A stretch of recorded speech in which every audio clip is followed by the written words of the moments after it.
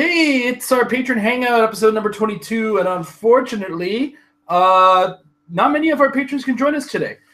We had one who's in Florida. Good luck dealing with the weather to everybody in Florida, dealing with Angry Irma. And no, this is not the Irma with Perplex that turns into a Krang from the Ninja Turtle set. This is the Windy Blowy Irma that we're referencing. Windy Blowy. And because we're not going to have any of our actual patrons on until about 10:30, we're opening up the field to the world. We're doing an AMA. Ask us anything in regards to Hero Clix, the show, whatever. We've got a Facebook post on Facebook if you caught it. If you're live watching now, use the chat. We'll be able to catch your questions. And we'll go from there. I mean, honestly, we're probably going to have to reschedule, do another one next week so that more of our patrons can go, assuming they're not all underwater. And yeah, I mean, I guess we could start by vamping. But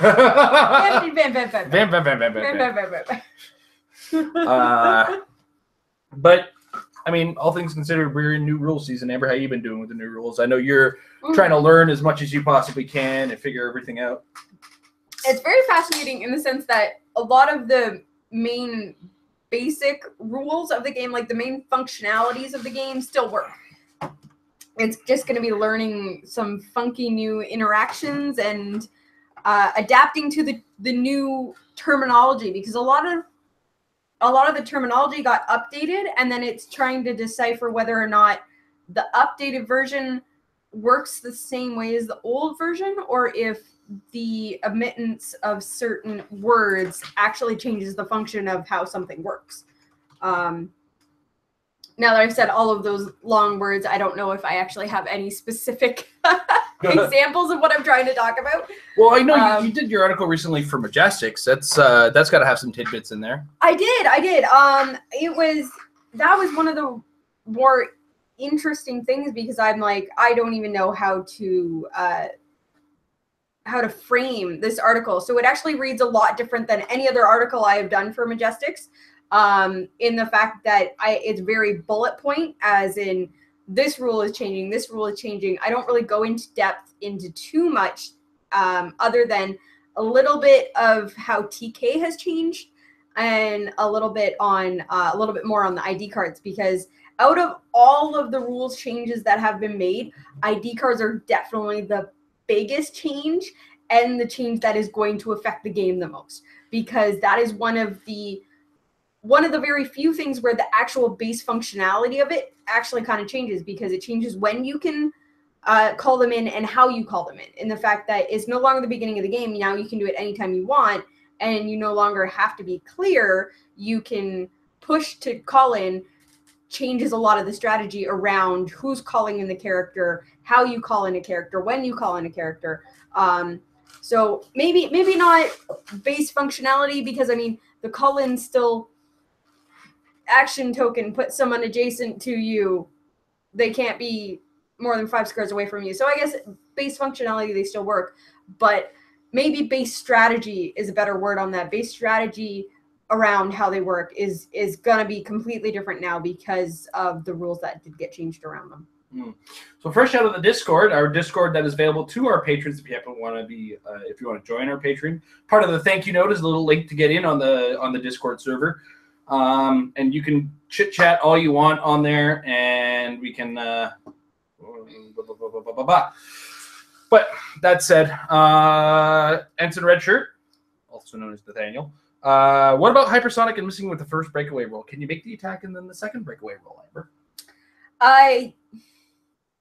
We're not that far yet in the rule book? Not that far yet, but I want to say yes, you can make the attack and the second one, because the attack is no longer tied into the movement like it used to be. Before, if you failed breakaway, you're just done because you're not able to attack while moving. But now that they've taken out the while moving part, one thing that I guess doesn't come up a lot and a lot of people weren't aware of, if you missed your breakaway with charge, you could actually still attack, because the movement has ended, but that movement, even that attempt of movement gave you the attack. So you were allowed to fail your breakaway and then just attack the person that you were attacking with charge. So I want to say it's more like that, but still, it's so. The first part hard does to say just you have tell. to move, then make an attack.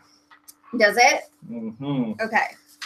So with that wording, it's possible breakaway, half range, move, then make attack, then move up to your speed minus the number of squares just moved. It's one of those weird ones where it does have to be investigated, I want to say, because hypersonic has changed so much. So I know they wanted to make it different than what it used to be, and the fact that the attack isn't tied into the movement anymore. Characters adjacent to an opposing character or another effect that would begin a move. The character must successfully break away first. To break away, roll a d6. The character succeeds in breaking away from all opposing characters adjacent to it and can move as planned. If the character fails to break away, it doesn't move and is not considered to have moved. Ooh, so that may be the fact that you will not be able... That I may actually change the charge thing, too. If you fail to break away, and that move was part of an action that character was given, or that character's special triggered effect, you must immediately resolve the entire action or special triggered effect, though any after resolutions still trigger. Now I'm just confused. I'm gonna lose my rules guru. Was part of an action that character. Anybody who thinks they're a rules guru right now, no. give up on your life. You're not anymore.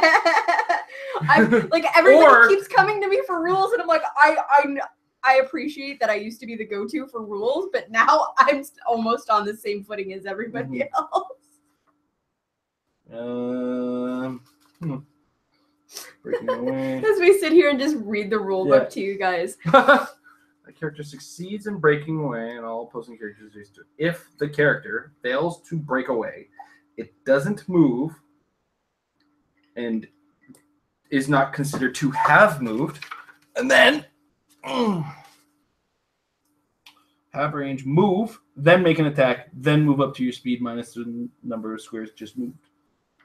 I don't think you get to even make the first move part. Because even with charge, it's move, then close at no cost. Which means it's given, you must immediately resolve the entire action. So the action resolves, which ends the action. Mm-hmm. So yeah, no, you're not going to be able to. If you fail the first breakaway, you don't get to do it. I guess not. Yeah.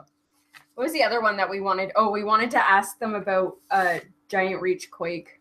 Yeah, because Quake, it came up during our during the pre-show game on Monday. I was playing against Tom, and I was using the Groot Thor, and he has Quake that does 3 damage. And then I had asked Jay, because I didn't have my PAC or my pack with me. No, it's not considered a move 0, Nathaniel. A move 0 has to be made by choice. It says you can make a move 0, but a move 0 that is canceled is not a choice move 0, right? I believe that's what he's trying to ask. I did catch that correctly on the Discord, because I'm face first in this. And I looked up and there was words coming out of your Discord. Yep. I have my Discord pops up at the corner of my screen. Yep. All right. As we are on my computer. I don't know if we've ever really specified that before. I'm sure anybody that watches MetaLab regularly will understand that this is not the usual view that you would get from Jason from MetaLab, which means this is a separate computer. Yeah, it's not. It wouldn't be considered a move 0. It's an attempt at move, resolve the action. So, but anyway, what we were talking about with regards to Giant Reach and its interaction with Quake is the old rules actually had them handy, and Quake specifies back in the past rules where you make. You can make an attack. I love this. It's just like, look at the old, now look at the new. Yeah. Quake. And you know what? What's funny is all of our new versions of the rules have been popping up all over the place. Yeah. It's like before we could never find them, and now that they're not relevant anymore, it's like, why do we have so many packs? So this one is, give this character a close combat action. This character's damage value becomes 2 and is locked. Make a close combat attack that targets all opposing characters. This character can attack with a close combat attack. Quake now, close, knockback. Make a close attack targeting all adjacent opposing characters. If more than one is targeted, each hit character dealt 2 damage instead of normal damage. So as you can see, and I'm pretty sure I'm right on this, and I was wrong on Monday, or I was wrong to ask Jay apparently on Monday, is that Quake specifies now specifically adjacent. I might have actually read this and then asked Jay, but either way, specifies adjacent characters. And Giant Reach, when this character makes a close attack, instead of choosing an adjacent character or characters if able for targets, you may use ignore hindering and target characters within X squares and line of fire. But because you're specified specifically adjacent with Quake, I feel like it doesn't work the same way it used to. Another one of those, hey, terminology has changes. Yeah. Terminology has changed. Does it still mean the thing that it used to mean? And because it very specifically stresses adjacent in the power of Quake, But then it also says, instead of choosing an adjacent character, do this. But you're not, I don't know, are you choosing an adjacent character? You're never choosing with Quake. That's what I'm saying. Quake does every Make a close attack targeting all adjacent opposing characters. Yeah, So I don't think Giant Reach works with Quake anymore.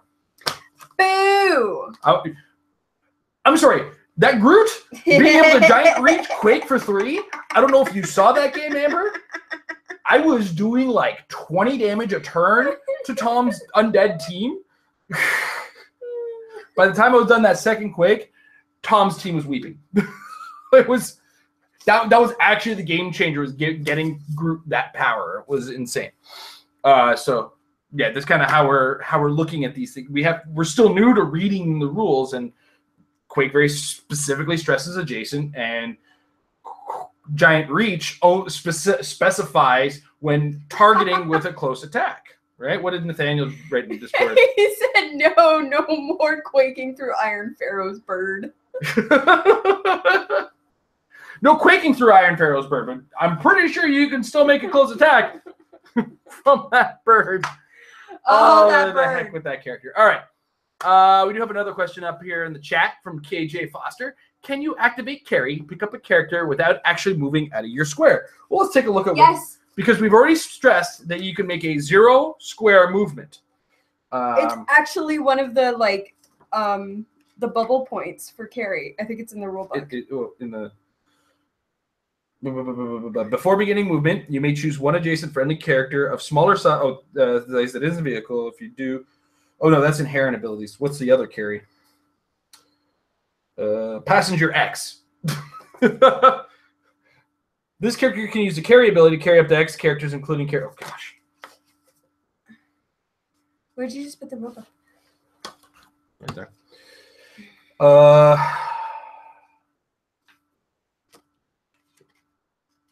And that doesn't have the flight symbol. And then carry. Before beginning movement, you may choose one adjacent friendly character of smaller size as your vehicle. If you do, for this move, modify speed -1 for each character chosen.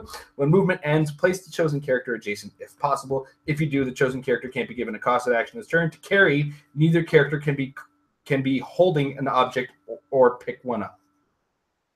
So, yeah, you can move 0, and then you place him.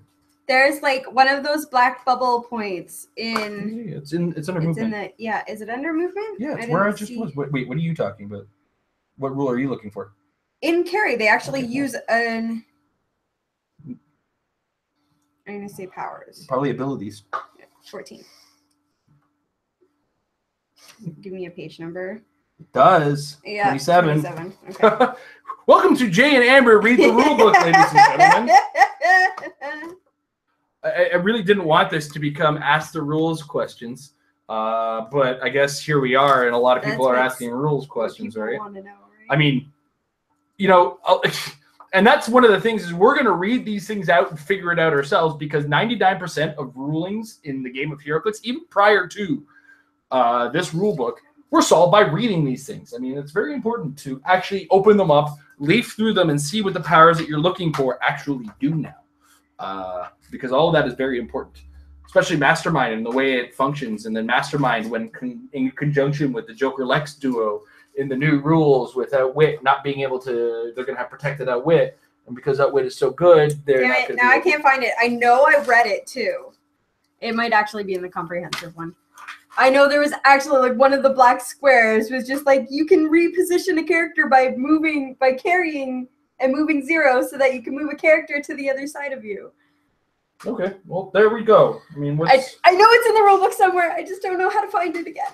I swear. Hey, happy little hero clicks. Happy little hero clicks in the chat there just joined in, and I'm just going to take a second to remind everybody, even though this says Patron Hangout, our patrons are absent until, I think we have one patron who said he was getting off around 10:30. I tend to babble anyway, so guys, ask us any questions that you want in the live chat, because that's what we're answering right now. That's also why the rule books are up, because people have decided this is going to be ask rules questions. You don't have to ask rules questions. No, you can literally ask us anything. But as we look over to the chat instead of looking at the camera. Well, I'm looking at the chat as I am addressing them, because our chat is on my second monitor on my computer, which is to the left and your right, as I'm, or whatever, to my left. And I'm looking at it over there. So, you know, I'm looking at you guys over there when I look over there and address the chat. So. No, our bookcase was not specifically meant to evoke a image of the TARDIS. It just happened to turn out that way. We weren't even watching Doctor Who when we got those. I really like this color of blue. We have had these specific bookshelves for about 10 years, I want to say. And then like there was a period in time where like every 3 to 4 months we got a new bookcase because they were really cheap at IKEA.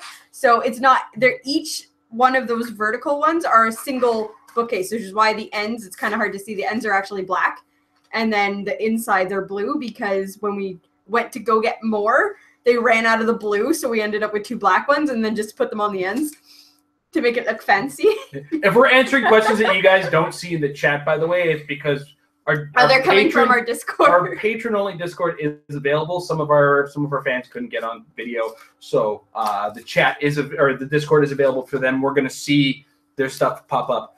Semper Clix. Sorry, were you done with the? Yes, I'm done talking about our questions. Was there anything else on that, or should I bring up my phone to make sure that I didn't miss anything?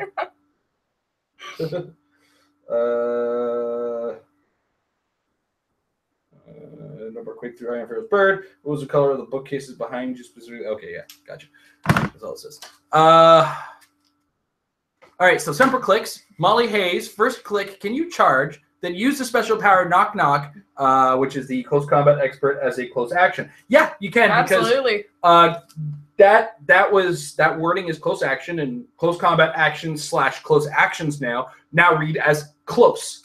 So yeah. Charge and close combat expert away with Molly Hayes. She's a silly one, that one. I remember that was actually one of the plans we had for you for tournament. Worlds. Yeah. It's one of our Worlds ideas. But then they said, what if wasn't legal? No, the boxing ring wasn't legal. And then I was like, oh, well, there goes all my Yeah, because that team was going to be like the boxing ring with a couple anacondas and Molly Hayes. So that it would force you into the boxing ring. Once you're in the boxing ring, you have to stop. If you could ignore hindering, you're stuck stopping anyway. Try to get through Anaconda would be a nightmare, and then you get knocked out of the ring with Molly Hayes. Wash, rinse, repeat. Good luck. It was laugh-inducing. We were calling it the Mollywomp. Yep. And because of the lack of boxing ring, we couldn't get a chance to try it. We never even could get a chance to test it, to be brutally honest. Anyway, yep. So it was a pipe dream at best. But yes, and the long and the short of it is you can use your close combat expert as part of a charge, because now that should read close. Thomas Chung. So I pulled the Scourge Prime in my brick. Should I be upset? No. The Scourge Prime is actually one of the ones that's getting a lot of people talking about it. He's apparently, according to Jay, so take this with a grain of salt. I'm so mean to him, poor kid. He's incredibly hard to kill. Because Jay's seen him in action, so I can't be sure. But yeah, don't be angry. I mean, some of the primes instead are really cool. Especially the lower end ones are really popular. The Red Leader and also, correct me if I'm wrong. You're wrong. Because I don't know Angela too much. I do believe he's the only prime that comes with a weapon. No, he doesn't. No, he doesn't come with a weapon. Okay. No, none of the primes come with a weapon. Okay. Which, yeah. Yeah, his non-prime version comes with. Okay, that's what I'm thinking of. Comes with the Blood Axe. Okay. Yeah. But no, never be angry with what you pull. Always just try it out at first, and See what happens. I mean, Scourge is the uncommon prime. He's seemingly been printed more, much like the red leaders. So both of them are very commonly pulled, and the rare primes and the super rare primes seem to be turning up a little bit less. On the plus side, the rare prime is being sought after occasionally, but the super rare prime is flavor hunted. So, which is actually kind of nice. It's hard when the super rare prime becomes meta. What's that? I said, yeah, it's nice to be that it's a flavorful piece rather than a meta piece, and hunting down Necro all over again. Yeah, hunting down super rare primes for meta play is just frustrating. We pulled Jakeem Fender? Yes. Oh, thank goodness. Yeah, it was like the first super rare prime we'd pulled in a really, really long time. Yeah, because what do we before that we pulled the Jubilee? No, Nighthawk, I think. Okay, so Nighthawk before that. I know we pulled the Nighthawk Prime and we pulled the Jubilee Prime from pulling from packs, not having to purchase. The Jubilee Prime was the most infuriating one because I could have bought that for $1.50. Yeah. And then the rare, the non-prime super rare version of her was like three times the price. She was supposed because she goes on the team base. Yes, I understand the why. I know. I just was unhappy with the results, with the answer. I don't need the why. It's the result of the why. But I always care about how you get there. And that's the problem. All right, next up, Thomas Chung. Was that only apply for Molly or Command Unique, Son of Darkseid, Superman, I'm guessing, Charge, and Close Combat Expert for 8? No. The way Close Combat Expert is working in the sense of Molly is that her Close Combat Expert is changed to a Close Combat action. So that means that she specifically has it worded. What are you looking for? It reads power. No, yeah, that's all I was looking for. My goodness. It says power still. That's all I wanted. Yeah. So what was I saying? Yeah. So his that, and I'm pretty sure you're referring to the classic unique one when you use the word unique. Pre-card era, I'm guessing. So it would have to be a part of a character with a card that says they can use Close Combat Expert as a close combat action, or in the future as close. Oh gosh, I wonder if it's going to read close combat expert, or if it's going to read close, or can use Close Combat Expert as close. I'm officially rooting the meaning of the word close, by the way. I don't know if you saw what I was trying to do there. You're saying it so much that now all I'm hearing is Glenn Close. She's a handsome woman. Thank you very much. But she needs to go in the boo-boo box. I still can't believe that was Glenn Close. For those of you who've seen Hook, the guy who was sentenced to the boo box was, in fact, Glenn Close. But then it wasn't until like 8 years later, I think I was. Wait, when was I was 7 when that movie came out. It wasn't until 8 years later that I saw my first actual Dustin Hoffman movie, and my dad was like, "That's Captain Hook." I was like, "No, it's not." Oh, it was no. It was 8 years later. It was the first time I saw Rain Man. Yeah. And my dad's like, "That was Hook," and I was like, "No, it's not." No, Dad, that's Tom Cruise. He's like, "No, the other guy." I'm like, "No, what?"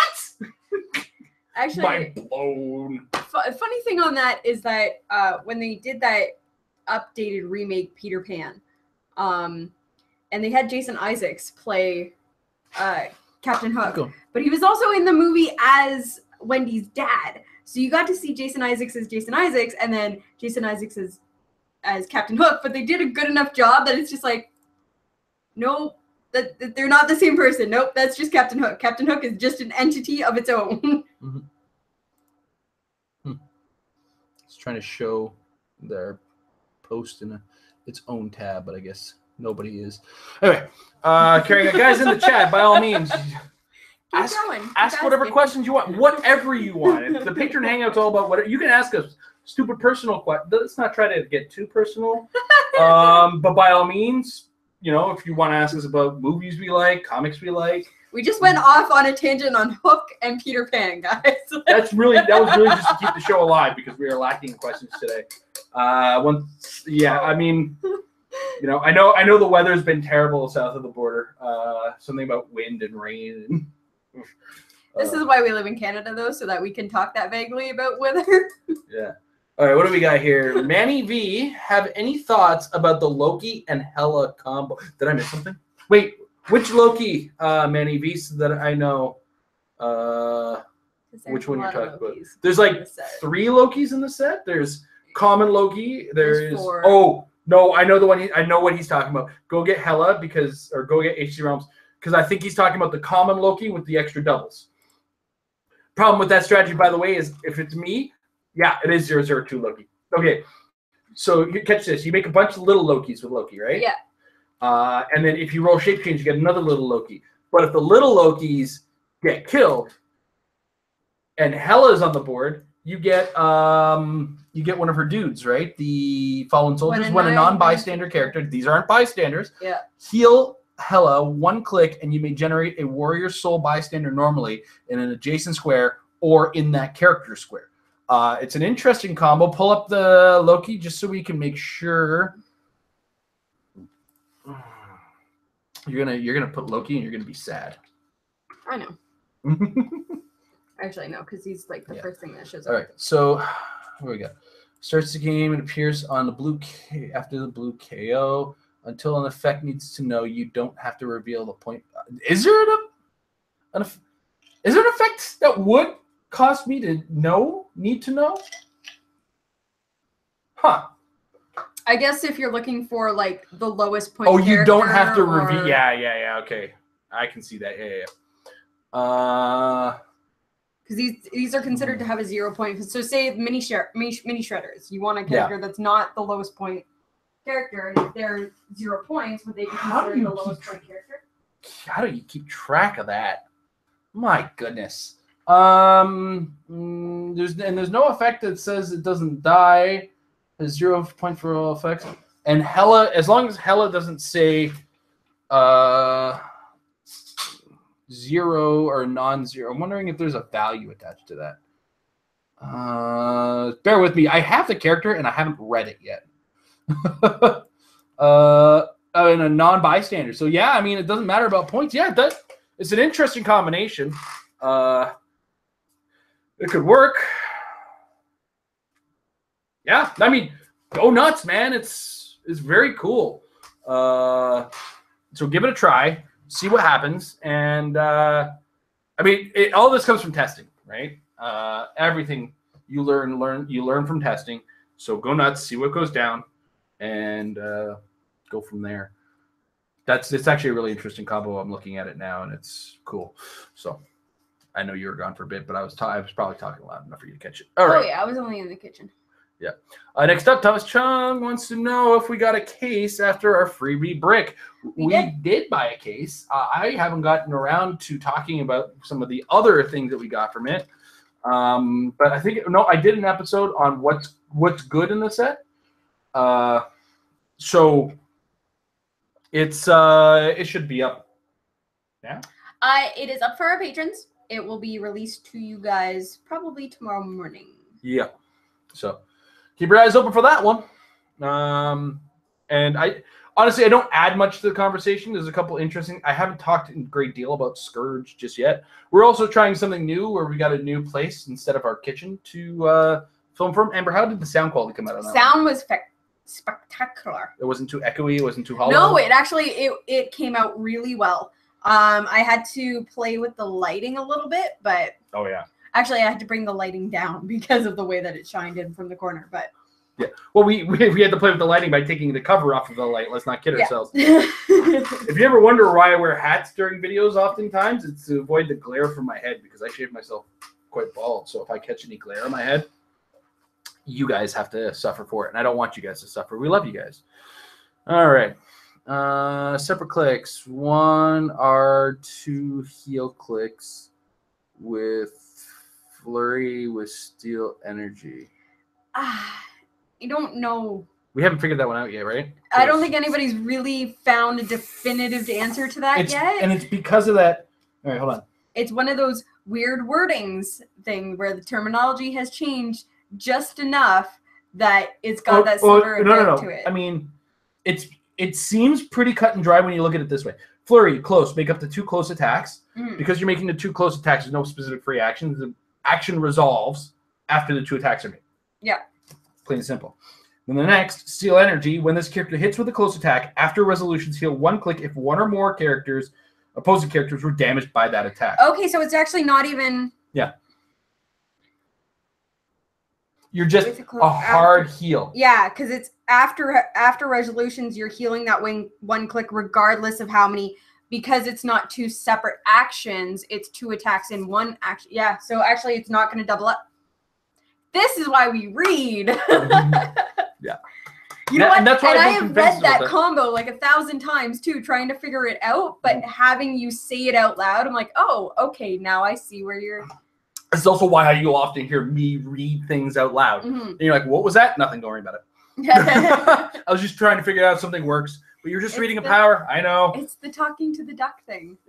Oh, yeah. So, ladies and gentlemen, I do work in computer programming. Part of my job in the games industry does involve programming with computers.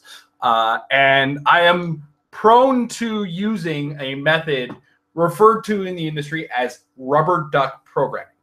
What that means is when I put a thing in my code, I say it out loud if it's not working. And then once I say it out loud, I very, very quickly am reminded as to why it doesn't work, or you very quickly figure out why it doesn't work. It's something I picked up from programming. Didn't realize when I did my episode on talking out your actions, that's what Mike White, my friend, does. That has talked me into playing the game. You are rubber duck programming when you talk out your strategy. You're saying to yourself and saying it out loud, because sometimes you do need to hear yourself say it, what my strategy is going to be, and making it work. So that's why oftentimes Amber hears me read things out loud and then just come to a conclusion. And she thinks I'm having part of a conversation with her. But no, I am just trying to figure things out, figuring out strategies. Or build, like sometimes Amber will be like, what did you say? I'm building a team, don't worry about it. These are the weird conversations that we have in regards to HeroClix and whatnot. So why we come up with the things that we come up with. Yeah. It's funny because the rubber duck is just a stand-in. It was when it was originally introduced by one of those programming gurus that often exist. He put a rubber duck in front of his buddy, and he was like, "Explain this to him." And he was like, "What do you mean?" It's like, tell the rubber duck. He's not going to say anything. You just tell the rubber duck what your code is supposed to do as you're reading through it. And then as you read, the guy just read to the duck and was just like, "Oh, that's my problem." It's very easy to actually find out your own problems if you talk it out loud. And it's a very, very cool thing to... Whereas, like, I do a lot of, like, writing and stuff, and usually I won't find mistakes in my writing unless I read it out loud, because when you're reading it, like, silently to yourself, your mind will automatically fix spelling mistakes or... substitute words that are missing, but when you're reading it out loud, it takes a different thought process that you are actually reading each individual word, and you're like, oh, there's a word missing there. Mm-hmm. It's just one of those things you got to learn how to do. Oh my gosh, I really got to start lifting that weight again. Get swole. Get swole, bro. I'm just gonna sit in that way that makes me look tough. Yeah, let me go. All right. As my Mario shirt. Okay. Happy Little HeroClix. Dream set you'd like to see made. I'm gonna answer your question. Exiles. Yes. Because you could do a set with just oh my god, we could.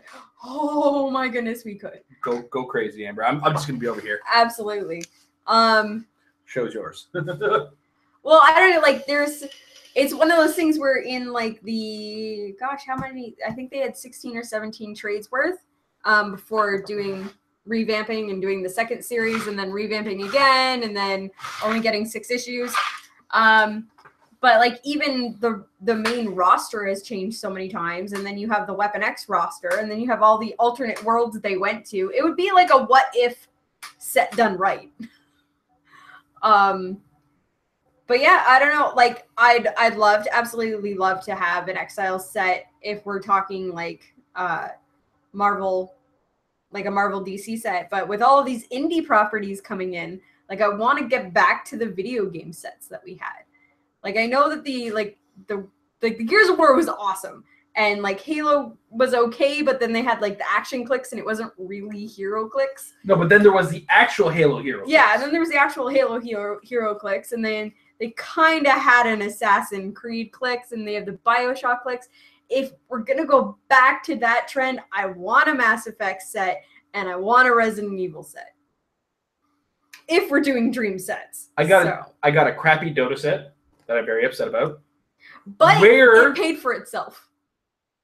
In triplicate, are you crazy? Yeah. It more than paid for itself. But before I was so rudely interrupted, we were promised a Team Fortress set. Mm. What happened?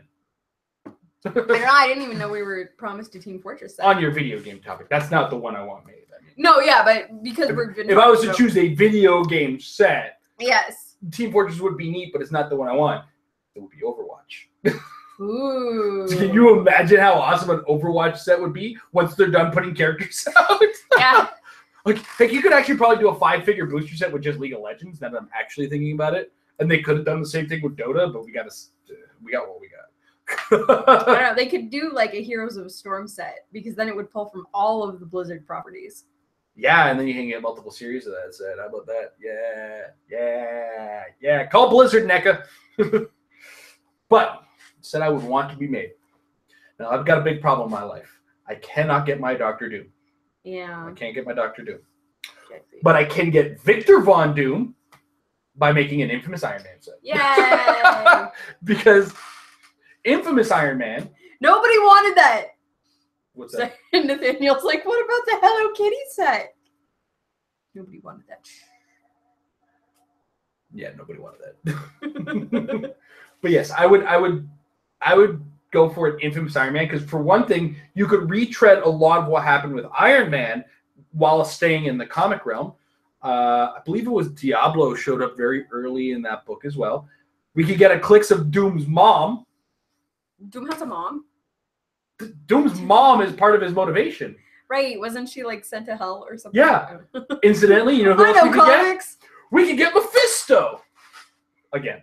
You want to love yours, Paris, by the way. No hating. I love your. I've used it a couple times. Actually, the whole reason why I know that Doom's mom got sent to hell is because of video games. So that's how I learned my comic lore, through video games.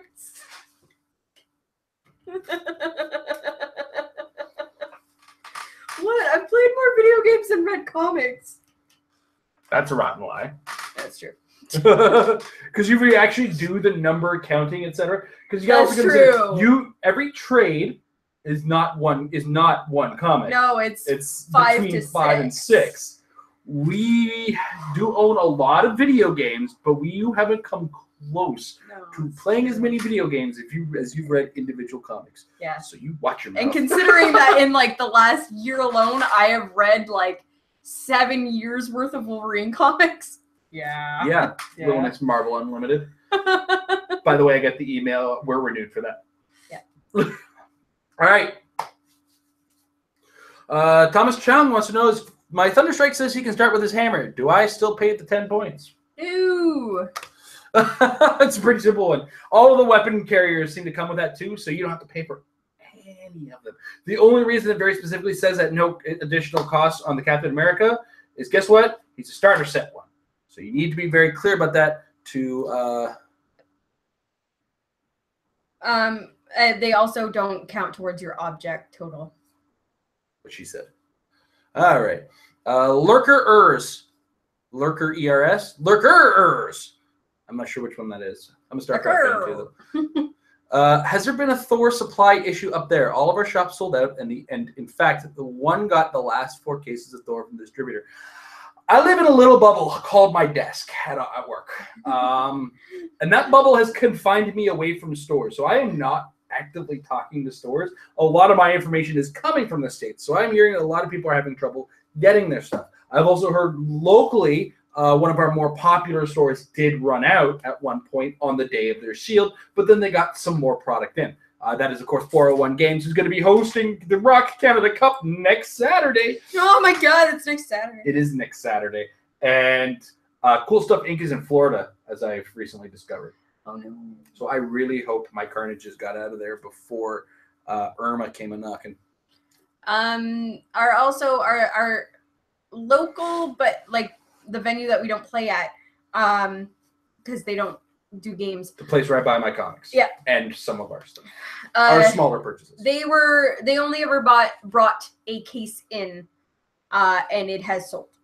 Oh, the whole case? They sold the second brick? Well, they sold the second brick. Then that sounds like there's going to be supply issues around here because they usually sit on HeroClix for a long time, and I was actually, not only were they out of the brick, they were out of Undead too. And they said that Undead was unavailable to be reordered from their supplier. So our Play Store where we're going tomorrow is... we're hoping, because unfortunately in the excitement with the new set, we weren't able to get a gravity feed of Undead from WizKids. We didn't get it. Yeah.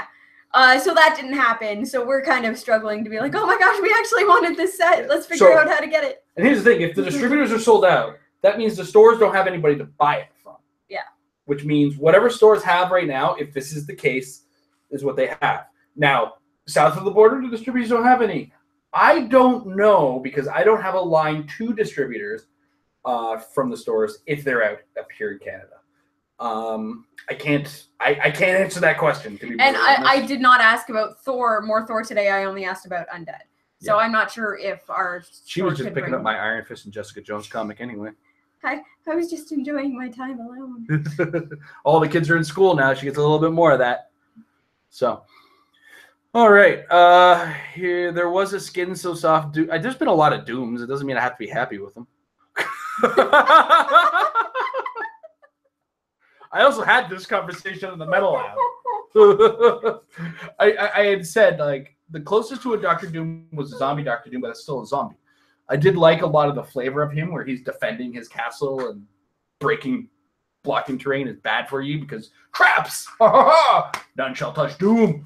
But it was zombie, and therefore was not doomy enough for me. Yeah, because it was dead, and Doom doesn't die.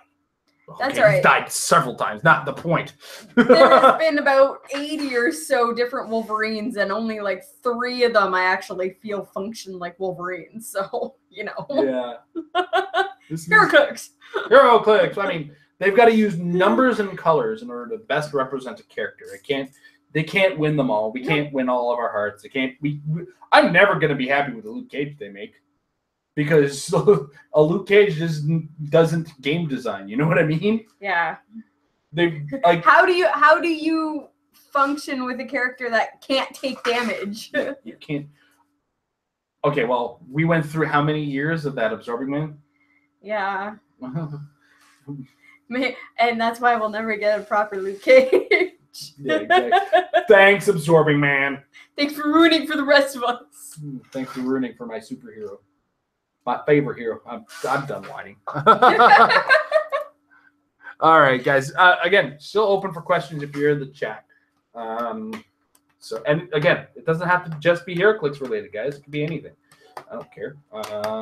That's what we reserve these for. And we're actually biding our time for one of our patrons who actually does plan on showing up. So, bombard us. What are you doing? I am talking and you are singing in the background. You're not even a quarter of your drink in. That's my second drink. Oh. Okay, well, you're on your second drink. You shouldn't be this bad. No, don't be silent. I stopped talking. Your job is... You know, one of the hard things about running a HeroClix channel or a podcast or anything like that is maintaining the conversation. What you just watched is what we like to refer to as dead air. Dead air is a bad thing in something like this, especially if it's we don't do an audio only cast, so we don't have that issue. This is why, because both of us are very Canadian and we talk with our hands a lot. So we have very specific facial expressions and body movements that we use instead of actually talking. So you don't get all of this part when all you're doing is listening to our voice. You actually miss a whole lot of our personality when you don't get to see us. Oh, I'm supposed to be talking now. I forgot about that part. Have you had a chance to see Hitman's Bodyguard yet? No. Get out to see movies. um. We might have a chance tomorrow to go watch a movie, but if we watch a movie, it'll be it. No, we can't. We've got to go. We've got to. We're supposed to be home for the other. Oh, podcast. that's right. We are doing an appearance on Dial H for Hero Clicks tomorrow. I forgot about that. Well, I mean, we can still watch it after that. What did he say? I don't know. What did he say? There, I got it. Yeah, you distracted me. I couldn't read it. Yeah, it's weird because Dial H is apparently no longer run by the original group. Yeah. It's a new set of hosts. Yeah, new set of hosts. So same name, new hosts. Same content apparently. We're gonna, we don't want to give it away, but we're participating in some of their usual fare. Should be a lot of fun, and yeah. But yeah, on Nathaniel's question there, we have a very rough time arranging getting out to see movies. Between the 3 kids and Jason's job, it's really hard to just find time to do things. The last movie we managed to get to see was Atomic Blonde. Before that was Guardians of the Galaxy 2. We didn't even get a chance to see. Badly we wanted to see Wonder Woman so badly in theater. We didn't get to see Spider-Man. We didn't get to see Wonder Woman. I think those are the only 2 that we missed out of the ones that we. As far as like must-see comic book movies, yes. We honestly try to reserve our movie trips for just comic book movies lately.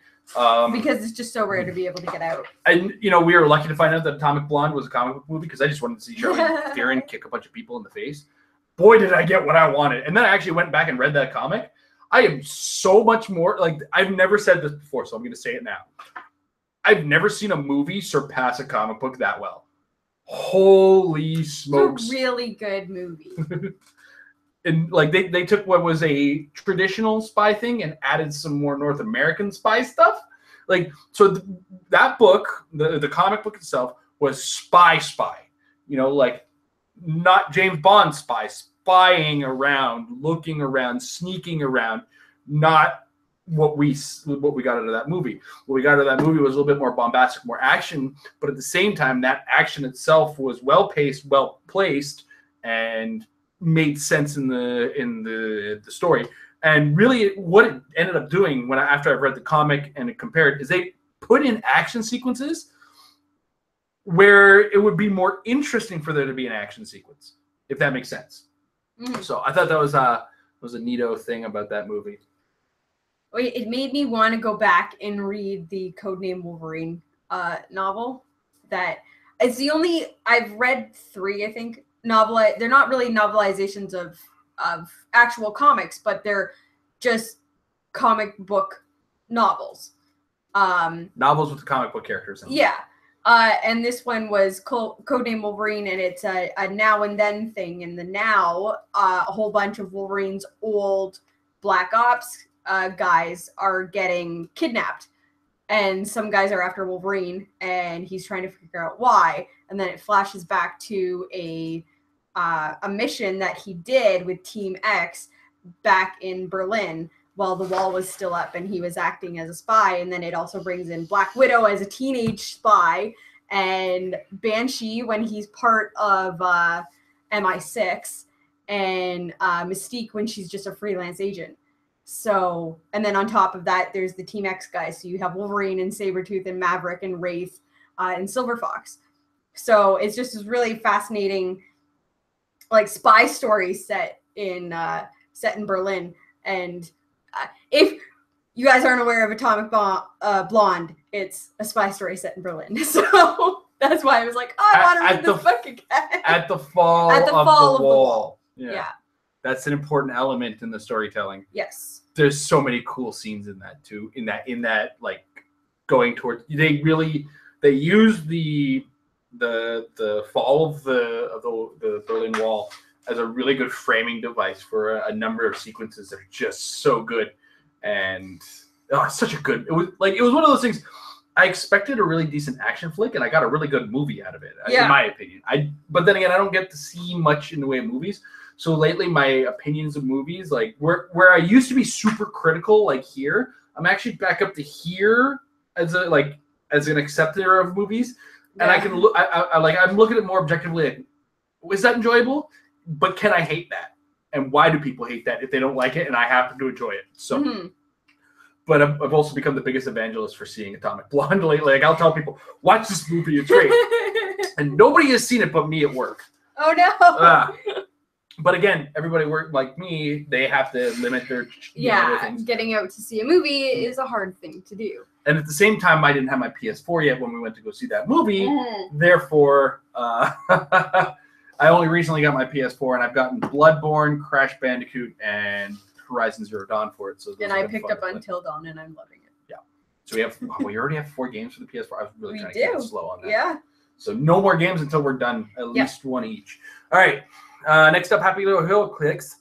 You said you were... Sorry, I just totally slurred my words on that. Wow. Happy Little Hero Clix. You said you work programming in the gaming community. What company / game, if you can say? I'm not going to say because of the nature of the way my non-disclosure agreement works with my company. But let's go with a couple things. One, I had to sign a non-disclosure agreement, which means that's not a small company.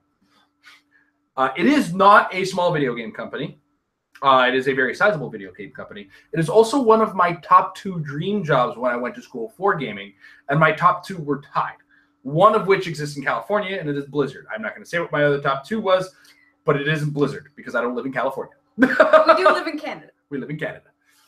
That's all I can say. And I'm going to explain a number of reasons as to why. If you go through an agreement like this, part of the clauses, and they do cover social media / YouTube in this, is that as a representative of said company, I am not supposed to give my opinion as though I am part of that company. Therefore, if I actually put the name of my company as part of my channel in some way, shape, or form, I can be accused of having the opinion that reflects upon that company.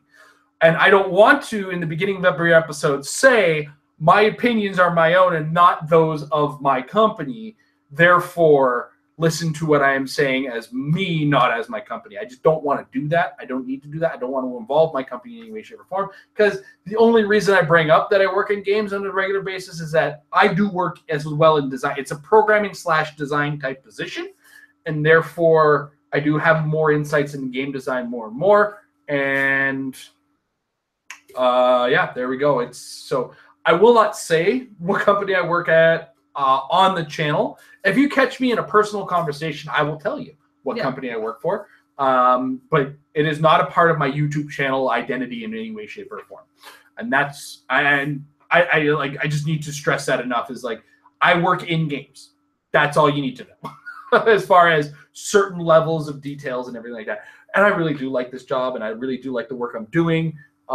So, you know, that's one of those things. Got to protect myself in that sense once you have the dream job, because it's worth every second of the extra work that I do. Let me tell you, it's very rewarding when things do go your way. All right, next up, Thomas Chung. My friend bought me a Colossal Sinestro. Now I owe him $50. Worth it? Yeah. Oh yeah.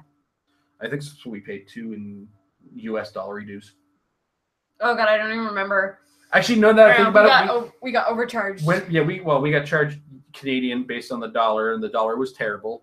Dollar is picking up again, so thank goodness for that. We're back down to 82 cents on the dollar. So that means the U.S. dollars that are sitting in our travel fund are actually have lost value. That's kind of funny. All right.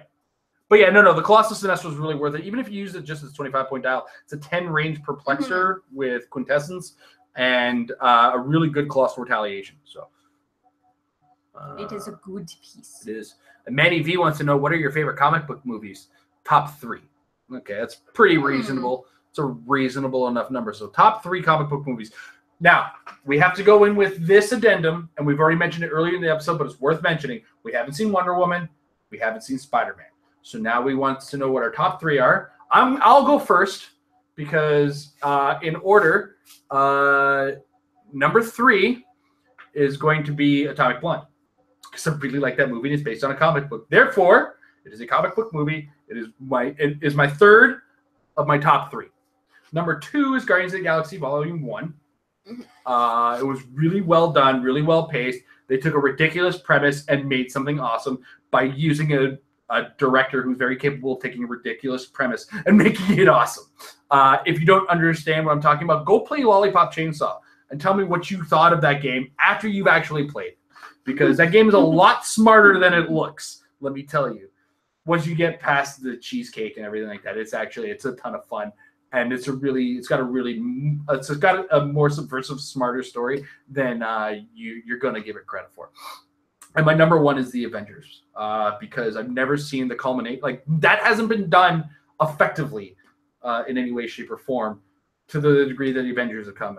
I mean, I think the closest thing I've ever seen try it has been the Kevin Smith movies, because they tried to culminate everything in Jay and Silent Bob Strike Back. Oh yeah, they had all of their characters. Yeah, they had all their characters, and even that was like just like one cameos. of his in-jokes. Yeah. You know, it's not even. I wouldn't even call it cameos. It's an in-joke, right? Mm-hmm. He made this joke. Ha ha ha! Like, I made all these movies, and they're all mentioning these movies. Ha ha ha! All these characters show up. Right? And, yeah. So, well, okay. Logan is probably in my top 10 or my top 5, but he asked for top 3. And Atomic Blonde is so darn good, so darn good. And that's also mine. I'm not the Wolverine fan that this one is. So yeah. Like, I'm the Hulk fan. Here's the funny thing. I'm a big Hulk fan. She's a big Wolverine fan. How weird is that we ended up coming together like that? When did Wolverine first show up? Oh, yeah, Hulk number 181? Yep. All right, Amber, what are your top 3 comic book movies? So in not any particular order, because I don't like ranking things, would be Guardians of the Galaxy 1, First Class, and Logan. Okay, I can see that. Yep, that makes sense to me. But I mean, like, when you're talking about top 10, I mean, Deadpool's in there, Ant-Man's in there, Atomic Blonde's in there. I'm trying to think of, I do have other, like, comic book movies that I enjoyed that aren't, like, the mainstream comics. But now I can't. Yeah. I Was it Ghost Town? That really weird one with Scarlett Johansson? God, I hated that movie. Okay, I thought you liked that movie. No. Why did I think you liked that movie? No, like, everybody my age loved that movie, and I'm like, why? This was the most boring movie ever. I do have to give credit to the guys that made 30 Days of Night, because they stuck with the ending. To that ending. Oh my! That's why I got to give the credit. Oh my! You kept, like, I remember when I read that, and I don't make this mistake. Do not read the book before you see the movie. If you haven't read the book, go see the movie. You might actually enjoy yourself, or you'll get wanted. I mean, oh my gosh, that was the biggest mistake. I mean, I still would have been angry after leaving that movie because it would have been just a terrible movie. But then I would have read that comic and been like, why did they make this into a movie? No, I read Wanted first. And I was like, oh, this is going to be awesome. The villains win. This is so cool. Oh, this is an amazing idea. What is this movie? You know what's funny? That actually means that James McAvoy has played 3 different comic book characters now. He's got Professor X. He's got the dude from, well, I don't consider him playing the character from Wanted. Well. Because the character from Wanted was a bad guy. He played James McAvoy in that movie, which was, I don't know, whatever it was. What's the third one he's played? And he's in Atomic Blonde. I totally forgot he was in Atomic Blonde. That's right. He was the guy. Yeah. He was really super hot in it too. Like, oh my god, he was so jacked. Expecting that. Oh my god, I wanted to work out after seeing him in that movie. Honestly, like, I really enjoy James McAvoy as an actor. I never thought he'd be an actor that could turn me on. That was unexpected. All right, and just to go through the chat before we get Michael, one of our actual patrons, has shown up today. Get on top of the camera, by the way. Just keep clicked on us for now. On us. Keep clicked on. Click on us. There you go. That's jeez. I'll have to teach you how this works someday. All right. Happy Little Hero Clix. He's glad he got my dream job. Thank you very much, Emily. Oh, Emily, our local friend. He's just saying hi. Can't wait till next weekend. First time playing since I saw you all last month. Funny thing, that's gonna be the first time. Man, it's been a while since I played. All right. Thomas Chung already mentioned Logan. And anyone else notice that Deadpool and that Negasonic was essentially Cannonball? Oh, I noticed. Oh yeah. It was not missed. Oh, yeah. It was not missed by me. All right, Michael. Welcome to the show. You made it. How was work? Hope it wasn't too busy. It was good. All right. You get to lead in with the questions, sir, because we actually, not enough patrons showed up, so we opened the question to the rest of the world. So. Alrighty, guys. So on the drive we over. forgot to do our sound check at the beginning because we can't hear you. Uh-oh. My volume's up. Yeah. Hello. All right. Can you hear me now? Oh, I kind of heard you. Okay. Sorry. Our closer. daughter had my headphones plugged into my speakers, and we didn't notice. Our social media manager, ladies and gentlemen. Social media, you're the tech guy. Alrighty, guys. So, wait, turn down my volume here. No, we're turning on down ours down so we don't get the double. Okay. Mm-hmm. All right, my first question is that do you guys think that the game is headed towards more utilizing keywords in the metagame? Will we eventually see more theme teams as meta teams in the future?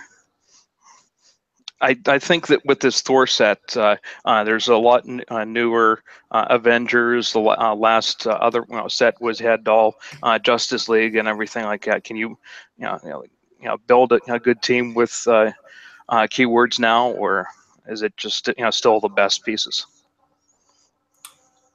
Competitive play is a weird beast when it comes to theme teams and how it gets along with competitive play. And it's like this. It's at 1 minute, a theme team is going to win everything. And then everybody says, theme teams won. Way to go, theme teams. And then the next minute, a non-theme team wins. It's like, well, I guess I don't need to build a theme team. And here's the trap a lot of people fall into. Is oftentimes you fall into the trap of, I'm going to build a theme team for the theme team bonuses. And then you build that team and you look at it and it doesn't work together sometimes. And other times it does work together. Other times a theme team just happens to work because a certain number of characters have the mystical keyword. Right? Like the Alan Scott Green Lantern is an amazing example of, oh my goodness, we got a theme team. But at the same time, sometimes a theme team does show up, or a certain keyword does show up that works across a board. An example is always Avengers always works. Avengers always works because there are so many characters who are Avengers in Marvel, and then you end up with a really good team most of the time. Sometimes you get keywords like Brute or Asgardian, and they're really cool characters all across the set. But then you got to look at, do they work together? All the Asgardians are great, but how many supporty Asgardians are there? Now, it's a trick question because there are actually some supporty Asgardians now. Or there are some supporting faces in Asgardian. So what it looks like they're doing is something they used to do way back in the day. And what it was is when we first got HeroClix, prior to keywords, prior to things, we called them theme teams. They weren't really theme teams, but you would build like a Shield theme team or an Avengers theme team or whatnot. And you'd have a certain number of characters that fit to that theme to enough of a degree that it made sense to be on it. If I built an Avengers team or a Shield team, a Shield medic made sense to put on my team. A con artist was a very generic character that had Perplex. Paramedic was a very specific character, or very, not specific, but a very generic character that happened to have healing. What they have to push for once they introduce the keywords is trying to throw all of these elements into that keyword and make it work. Now, I'm not 100% sure, but Amber's going to pull it up right now. But I do believe the Eric Masterson and the Jane Foster may or may not have Asgardian. You could just pull up the Thor set because both those characters are Thor. I mean, or you can do more work if you want. No, he's just Avengers. No, he's just Avengers. And it's weird because they turn into Asgardians, so you don't get the Asgardians. So I mean, you're kind of 50-50 in that. And I know you're a big fan of the Jane Foster. So that said, who does have Asgardian keyword? She does have. Okay, awesome. So she works in that. Eric Masterson then is a piece of jerk. A piece of jerk. He's a piece of jerk. I love it. He's a piece of jerk. Yep, she's got Asgardian and Avengers. I mean, I guess he is Eric Masterson. He's terrible. Oh, It was funny. I started reading Thor, tried to read Thor during the Masterson years. For one, he had a beard. And I was like, all right, awesome, Thor has a beard. He was just a terrible Thor. He was a terrible not Thor. When he wasn't Thor, he was terrible. And when he was Thor, he was equal parts terrible. It was generally not great. So, yeah, that's the delay of being live. So, okay, what is the difference? And I'm gonna pose this to comic guys. What is the difference between Thor Odinson, Donald Pierce, and Eric Masterson? Well, Donald Pierce is a robot. That's not right. Donald Blake. Donald Blake. There you go. Donald Blake is actually Thor, but he was sent to Earth thinking he was Thor. I might be wrong. They might have retconned this too. I'm not sure. But so originally Donald Blake was a doctor who found a stick that happened to turn into Mjolnir. That was the original story. Then Donald Blake, turns out, was just Thor. Just Thor, and he was confused. Thought he was a doctor. Turns out he's Thor. Eric Masterson, when Thor, this is, by the way, the current period of time where Thor is unworthy. Yeah. This is not the first time he's been unworthy of being Thor. So the first time he was unworthy, the hammer was thrown down, and the worthy person was architect Eric Masterson, because apparently architect was the only job that existed in the mid-90s. You think I'm kidding? Let's not forget what's his name? Jon Stewart. Oh yeah, he was in like. Uh-huh. So Eric Masterson temporarily became Thor, then eventually became Thunderstrike, because what ends up happening is people who become temporarily worthy, when Thor becomes worthy again, get given their version of a Mjolnir. Okay. So Beta Ray Bill has Stormbreaker, he got Thunderstrike and became the character later Thunderstrike. Mm-hmm. So his temporary run as Thor was very temporary, as it were. That's kind of the explanation. And so Jane Foster is currently the one who kind of went, oh, Thor's hammer. Bzz, oh, I'm worthy, apparently. All right, so I am Thor. So is that why, because, I haven't read a lot of Avengers comics, but I read the Ultimates. So that's why in the Ultimates, he's like, I am Thor. They're like, no, you're Donald Blake. He's like, I am Thor. It's like, no, you're just a mental patient that ran away. I am Thor. Yeah, that was the Ultimates take on it. And if you actually look at the movie, when they first meet this guy, it's like, you're the god of what? When they first meet him, they don't quite get that he's like a god. They don't understand it, and they're kind of like, what's going on, fancy boy? Right? So... Sorry to tangent on that, but... Yeah, but theme teams is always something they keep their eyes on. They always try to keep it legitimate to a certain degree. They always try to keep it relevant. Sorry, not legitimate, relevant. And when it comes to competitive play, if you can theme. But if your team doesn't work when you theme, don't force the theme, force the good. You know what I mean? So, and there's so many ways around, if you want to maintain your theme, throw in some points. Don't break. Sometimes if you got a good theme going and you have a couple points, try not to break it if you can. And when it comes to constructed, there's so many ways you can get to a theme team and then not break it by filling out those last 15 points. You got things like ID cards. You got things like the boxing ring. Smaller and smaller colossals might share keywords right now. Just, pay attention. Make sure your team works well together when you're building your theme team, but never, ever, ever, ever force it on your build. I guess, and that's from a competitive standpoint. Yeah. From a casual, whatever. Play all the things you want. From a casual, just, what I do for casual play nowadays? I put my hand in the barrel of figures that I haven't played much recently, which is usually the newest set or the last newest set. I pick up a figure, and then I pick all the characters that share a dominant or a prominent named keyword in that pile, and just kind of go casual with that. When it comes to competitive play, if it can theme, it themes. If it doesn't theme, it doesn't theme. I think Tom's past team was a good example of theming that happened to theme. Yeah, I think I don't think that was intentional. I don't think it was to make that. He didn't force it. Yeah. But it happened to work because he had the War Wheel, which happened to have the past, working with Devil Dinosaur, and because Devil Dinosaur is a single base giant and War Wheel is a colossal, he could carry the the Devil Dinosaur like quite a distance across the board, which gets around Devil Dinosaur's 2 movement. So you can move it very carefully, and that was a good combination. They also happen to share the pass keyword. Well, he needed another character that was a decent engine for ID cards, and Zatara happened to fit the bill. And then you know who else just happens to have the pass keyword? Jean Grey. Who knew?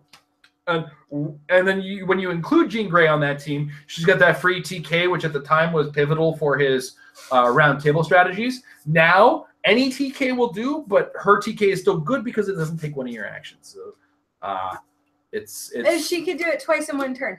Yeah, she still can, right? Yeah. Yeah. So if you can theme, you can theme. If you can't, you can't. That's always kind of been the case. And I can't stress this enough. I've seen sealed teams fall to forcing sealed. Don't do that in sealed. Don't force it. Like just because you can doesn't mean you should. Ian Malcolm said it best. They figured out that they could, but they didn't stop to think whether or not they should. Jurassic Park. Yeah. All right. What do you got, Mike? All right. So yeah, that works in really well to my next question. As I wrote a few down while I was at work. All right. Now, how do I guess phrase this question? So as I understand from the hammers specific to the characters, the ones that they start with the hammers attached and things like that, but you can either drop them and then anybody else could pick them up. So did the game design, in your opinion, did the game designers realize that now this pretty much makes anybody worthy? So if you can just give an action token to pick up the hammer and use its power, well then this isn't quite comic accurate then. You see the little flaw in the logic type of thing. I get the implication.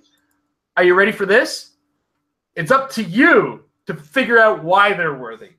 Because this game has always been phrased on the idea. I think What If was a redundant set. Because when we play HeroClix, we are playing What If. This is our game. Our game is What If comic book characters. So you got to think to yourself, what makes that character worthy for my game of HeroClix? So why is Bullseye worthy? Well, Bullseye at one point turned around and turned a good eye to everybody, blah, blah, blah, blah, blah, blah, blah, whatever. Make up your own damn story about it. But the fact of the matter is, because this has always been a game kind of playing What If, as it were, we kind of get to figure it out ourselves. So, and as well, there's a cost to bring out Mjolnir. It takes a power action to do. And, Odin's known to drink. So, I've watched enough Rick and Morty to know what a drunk person can do in the wrong circumstances. Just watch the Vindicators episode. I gotta show you that episode. It's so good. It's such a good episode. And you just, make that's part of your own storytelling to a certain degree. They created these characters from a game design perspective. They've given you the baseline based on the book that they read of this character. Here's what this character does. Here's what this tool does. And let's put it all together. The storytelling aspect isn't their job. The story's been told. They took the story and put it in here. The storytelling aspect's kind of on ourselves when we play the game, and that's the interaction in the game in this sense. So, HeroClix itself, when we say build a 300-point team, we're not telling you the story. You're kind of telling the story to a certain degree. When you do these, some people like to do campaign missions or like to do storytelling missions when they run events. And I think that's the judge trying to do their own storytelling, and that's acceptable. The judge wants to tell a story, and it's very common. I can tell you, you can always tell a judge who's played a lot of D&D. Because there's always some kind of story or some kind of campaign or some kind of long-standing complication, or you've got to bring in this type of character. These are the guys that have DM'd way, or just, they've lost their game group or whatever. They want to DM again. I'm okay with those people, but honestly, give me a break. I just want to play HeroClix, man. I love my heroes. I want to put them on the board. I want to see Thor, and I want to see, if I'm playing Thor, I want to see Thor smash Groot Thor. I want to see how it goes down. And I want to see him turn around and say, well, he's just a tree. Or at least that's how it's translated into I am Groot, right? I think that's the coolest design touch I've ever seen on a character, by the way. You see the Groot Thor?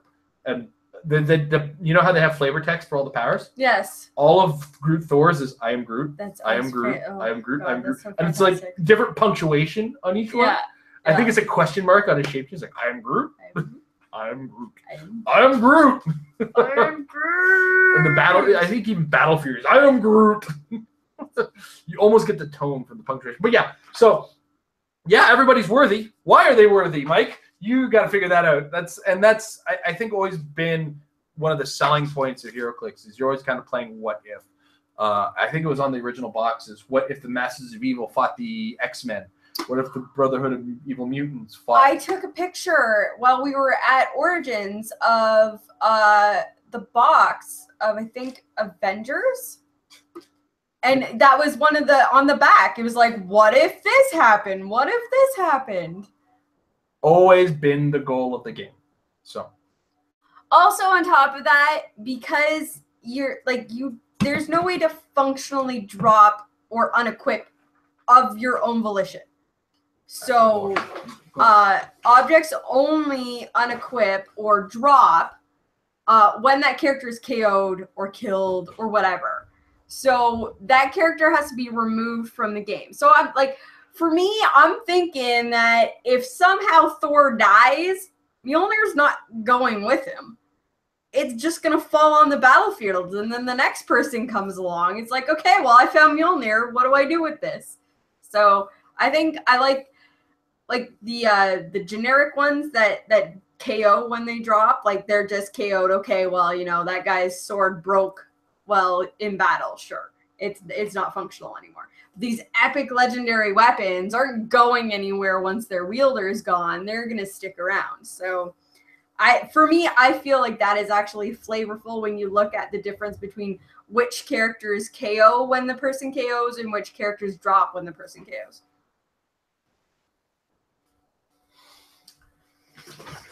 Let's have to go watch. Did you hear that? Yeah. Okay. Rule stuff. But flavorful. Oh, you flavored it. Okay, cool. I flavored the rules. You put the seasoning on it? I did. What was that? I don't know. Is this how you salt things and season things? Yes, it is. No, it's the meme Ah! guy. Have you not seen the meme guy? That's not seasoning. It's like sparkles. Yeah. Captain McSpark. The meme of the guy seasoning is the guy with the wine and the weird. You got it's terrifying. Face.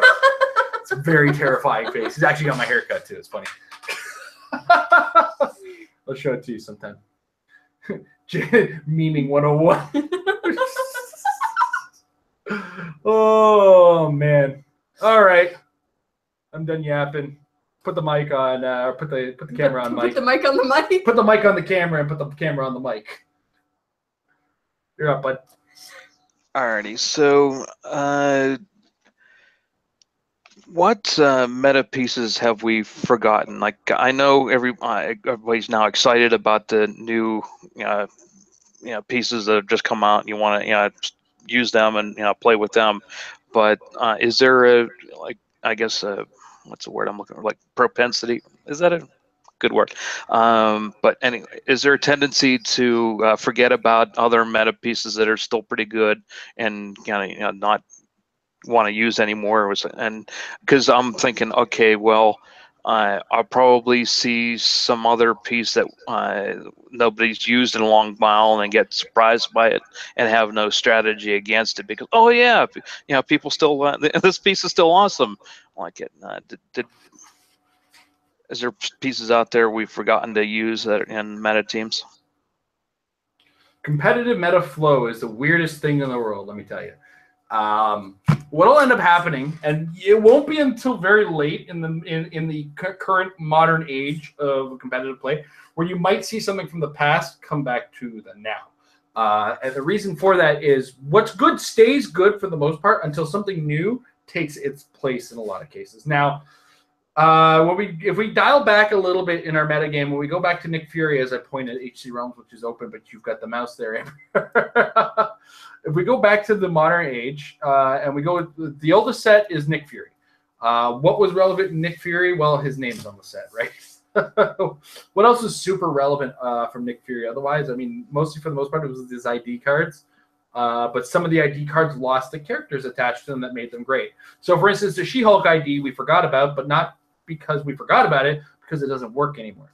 We still haven't forgotten about Peggy Carter. She does still show up on a lot of sidelines for Shield level 7s. If we scroll down a little, what? Nighthawk? We haven't seen Nighthawk in a We haven't seen Nighthawk Prime in a while, but a lot of that is because Jakeem Thunder doesn't increase his stats. He's just got good stats. Yeah. Right? And that just helps get around what he does. As well, Jakeem Thunder is a Prime. Yeah. So this is all part of that Prime limitation that you start to realize when you want to start bringing things back like Nighthawk Prime. Think about this. Imagine a world where you could use a Nighthawk Prime and a Jakeem Thunder on the same team. I really don't want to. No, I don't want to imagine that world either. And that's why they're Primes. or it's one of those situations where thank goodness they're Primes kind of thing. But then we go a little bit further down and we're like, okay, so what about the Avengers Sky Cycle? That was pretty good. That was pretty relevant for a little while. It was. And it just isn't anymore because what's up? I was thinking with the fact that the new rule on objects, you're not limited to the type of objects that you can bring anymore. Before you had to have a light or heavy and then a light or a heavy as long as you had one of each, and then your third could be of any type, a mobile, light, or heavy. Now you can bring 3 of whatever you want. So you can have 3 heavies on your team, which means we might see the Hulkbuster pieces come back a bit. That's true because you're no longer limited. They're all heavy objects. You can bring 3 pieces of them because you don't have that limitation anymore. That's a very good point, Amber. Thank you for catching that. And that's, I mean, they're good and limited. We're not in a limited season right now in the Rock, which is the other competitive format that a lot of people play in. So we might see those come back for sure. And once resources are gone, this set is gone, right? That's one of those things we got to think about. So this set lives in the now. And what's good from the set is already still kind of good. And I think the only thing you would have forgotten from the set would be Nighthawk Prime. What else is in the set that might be good now? I mean, nothing's really picked up a new pace or specifically counters anything that, that's out there.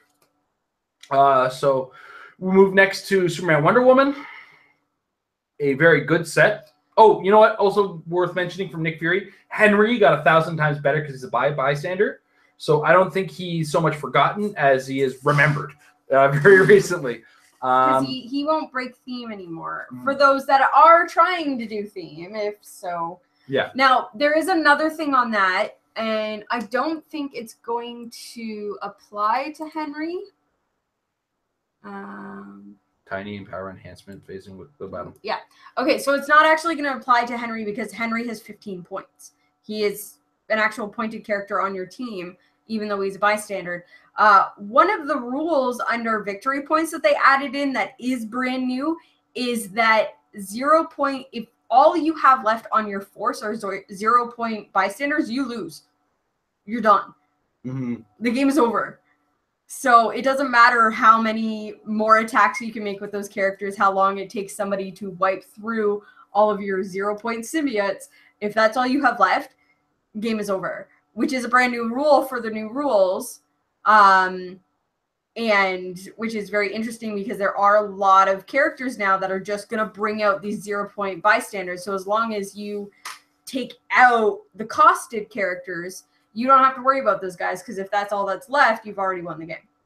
But of course, if you have all those non-costed bystanders, you're putting them in people's faces. Oh, absolutely. So, all right. But then we move into Superman Wonder Woman. What have we forgotten from that set? We haven't, there wasn't nothing really came out of that set aside from the Colossal Retaliator. Okay, and then we look at what Colossal... You know what is going to immediately become forgotten in the new rules is going to be Brimstone. I feel sorry for the poor guy. Yeah. Just doesn't work in the metagame. Solaris, I think, is going to see a comeback. I think Solaris is going to see a comeback because he has Outwit. No. And it's 10 range Outwit that ignores hindering. So he can outwit somebody's stealth, including that stealth that comes from the Batman team ability, and take care of that. Superman, Batman, Robot has always kind of been in and out, and it's usually in when Adam Freeman's playing and out when he isn't. The Atom ain't going nowhere. No. Ain't going anywhere. Then we move up. Mr. Mix's Pit Lake is still relevant.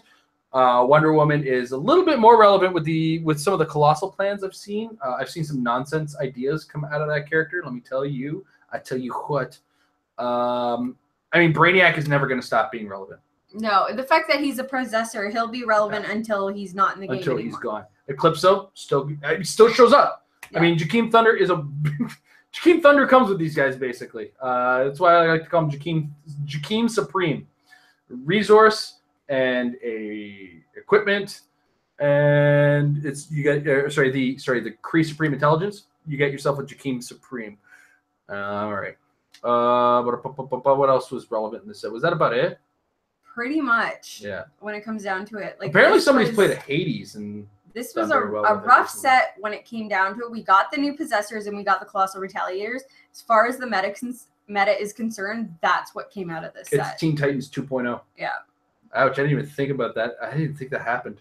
I thought this was a decent set. No, it well, really go up some. I mean, I just want to be. Absolutely sure. There were good-ish characters. We wanted Superman Red and Blue to work. You and me wanted so bad for those to work. Tom tried really hard to make Silver Swan work.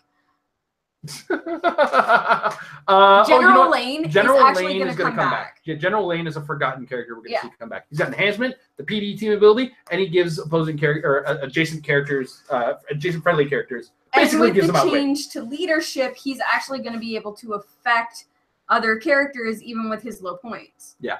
So, wow, I forgot how good he was. If we just dial up a little bit more, I mean, Red Tornado as a call-in has always been a side thought for me for sure. Actually, I might actually include her on my team now that I'm thinking about it. Yeah, we actually already mentioned. I already said Mr. Mixes Pitlick. He's never not relevant. Then we go into World's Finest ID cards. I mean, all those ID cards. All are super those ID relevant. cards. The KCs are still going to show up. The KCs will never stop showing up. The shifting focus are stronger in my opinion nowadays. Lex Luthor and Joker it's a character you got to keep your eye on and remember he exists and remember what he does, because Mastermind is different now. You can rely on Pulse Wave, but you cannot rely on Precision Strike to get by Mastermind anymore. It's a little bit scary to say the least. Other than that, what else was super relevant? Was there anything else super relevant from World's Finest? The Metal Men have gone in and out. Clarion's made a bit of a comeback. You know what? I think Mercury is still relevant as a 25-point TKer. Clarion, Clarion's potential with the cap, the cap as well. Yeah, the Sam cap. Oh, the Sam cap and him on the same team is just scary to look at across the board. So that's what everything from World's Finest is samey. I want to see somebody try out the Batman shifting focus. Now that we have the new ones from Elseworlds. Exactly. Now you got that new one with the Perplex. Even the Superman might be pretty cool. All right.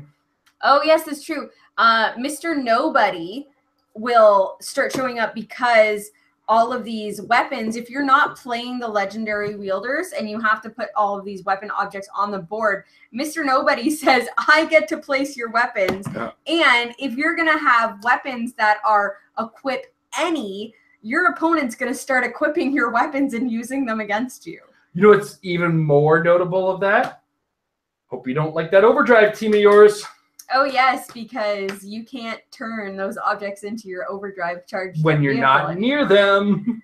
So there's a number of things Mr. Nobody definitely messes with. Thank you for reminding me of that, Nathaniel. I forgot he was in World's Finest. For some reason I thought he was in Joker as well. I don't think World's Finest makes the next cut, though. It will be, I think X-Men's going to be our bubble. X-Men's the line, yeah. That's what I kind of determined recently. Anyway, going further, we're trying to speed through this. Batman vs. Superman saw nothing. Civil War movie set saw nothing. TMNT, we were going to, oh, geez. I don't know. Maybe the chases will come back, but the chases come and go. It was the second set that really kind of. Third set, I think. The Shredders. The second, the Shredders definitely. The Krang lost a lot of its viability in the fact that Justin Saferd isn't in the and game the Rock of Eternity are both gone. Yeah. X-Men. Let's see. Anything that was an X-Men that we're using stays. It's going to lose its. Geez. Okay. When does the X-Men set come out? It comes out in November? Which No, one? no. The new X-Men set? That's next year. February. So in February, we were still going to have 4 months until June. Yeah. Right. We will have. This set may see a resurgence depending on what ID cards we get in the X-Men set. Well, there'll be enough of the decent enough ID cards to get out of this set. I think will make sense. I mean, even they've already stated non-directly that the Jean Grey is also probably going to allow Phoenix, but not Dark Phoenix. Yeah. So. Yeah. Now, what we're likely going to see with so there was a clarification they made because in the new rule books, what we're going to see is actually real names go away. Now the ID cards still function the way that they do. It still works off of character name or a real name, but the new ID cards will be like a character name and qualifying name or an alias name. Yeah. So you'll see, like Jason said, Jean Grey and Phoenix will work for the Jean Grey card, but not Dark Phoenix. Think about the fixing factor that'll have on, we had that moment in time where Civil War had a Winter Soldier that was great. Problem with Winter Soldier is that the character name on it was Bucky, yeah, and the name on the back was James Buchanan Barnes for real name. The movie characters didn't have real names, so by using the actual character names, not having to worry about the real name kind of situation, it really kind of repairs itself. So we'll see. I honestly, if there's an Iceman ID card, we're going to see Super Rare Iceman on sidelines. Oh, it's absolutely. Going to be bonkers. It's going to happen. We got to just move through this very quickly. Okay. Civil War. Civil War is Collins for the next couple months. We'll see. Superior Foes of Spider-Man. Have we forgotten anything from the set? Not really. I don't know. Maybe King Cobra can make this. In a post-cut world, let's have this conversation again. But you know what? You're right. We could see a Serpent Society team come out of that because of King Cobra being in Thor. TMNT 2 stays the same. Anything that's relevant in it stays relevant. I didn't forget about those. Nathaniel, I just said anything we haven't forgotten about Jean Grey or Proteus. That's true. So what have we forgot about from X-Men, right? We all think Beast is going to make a comeback, but is he? So okay, so then we go to Joker's Wild. What a lot of these sets are now new enough that we can't be forgetting things. We're not really forgetting anything from it. Anything that has been relevant meta worthy is still meta worthy. No, he can't punch a plane. It'll kill him. Nathaniel's making jokes about Thunderbird, who's just terrible. You know what? Me and Tom still gotta get that shirt made. Yeah. List of characters who don't die when using exploit weakness. So, long and the short of it is, can I predict what we're going to see again all of a sudden, or what have we forgotten about? I don't think we've forgotten anything. We might be surprised by things that suddenly show up in competitive play. I think is more likely, and I think is more likely to happen when we get the next set of cuts in Modern. And then because what'll happen is the next cut to Modern are basically chopping off all the ID cards that we have right now, except for the con exclusive ones. So then we move to the X-Men ones, and we see how the X-Men ID cards function with the game, and then those are the sideline thing because resources will be gone with the exception of the Punisher van. And, well, I've seen people try with the Punisher van. I've seen it tried. That's all I'm going to say about it. I think we talked at length about that. That's one of those conversation topics you can't have without actually going, what's going to come back from this? Through it all the way. And it's, right now, the state of the metagame is a little better than we all give it credit for. We haven't forgotten anything that's already been in the metagame. We're just kind of moving forward with it. And a lot of things are still sidelined in the ID cards, so we don't see them on maps. We see them on the sideline. And I've been saying it for a little while now because I'm kind of on the side of it. The ID cards themselves let you build more freely than I've ever considered until I used to consider. Until very recently when I started thinking about it and going, oh my goodness, I have a sideline, which means I can build whatever I want with a team and make sure I have the answers for things that kill my team on my sideline, which makes for a better competitive play, in my opinion. The only downside to that is sometimes there's too many hardcore answers to too many things that end up sitting on the sideline, or the best answer for one specific thing that's dominant in the game is, so what's on the map tends to stagnate that sideline, is what I'm saying. And a lot of people complain. It's like, oh, everybody's got a shield level 7 ID card on the sideline. Well, we have to because of a guy whose name rhymes with Schmunder. So, as long as Jakeem Thunder's out there, we have to have a shield level 7 ID card with a Nick Fury. He also kills so many other things and takes care of so many other problems. Well, everybody's got a Spider-Man with the Cosmic Spider-Man because he answers a lot of problems that some teams won't be able to deal with indoors. I mean, even with the breakthrough only one blocking terrain piece on ignores blocking for line of fire, it's still very strong. Getting through one wall is enough sometimes. Okay, I can't break through 8. I think the only game that would make a massive difference on would be the game I played in the 5th round of Worlds, where I was on the bubble. If I didn't win that game, I was not making the top 32. And, I blasted through I think 8 walls with a Spider-Man. It's the only time I think that's gonna go down. So anyone add? All right, nope. Cool. Awesome. All right. Anything else there, Mike?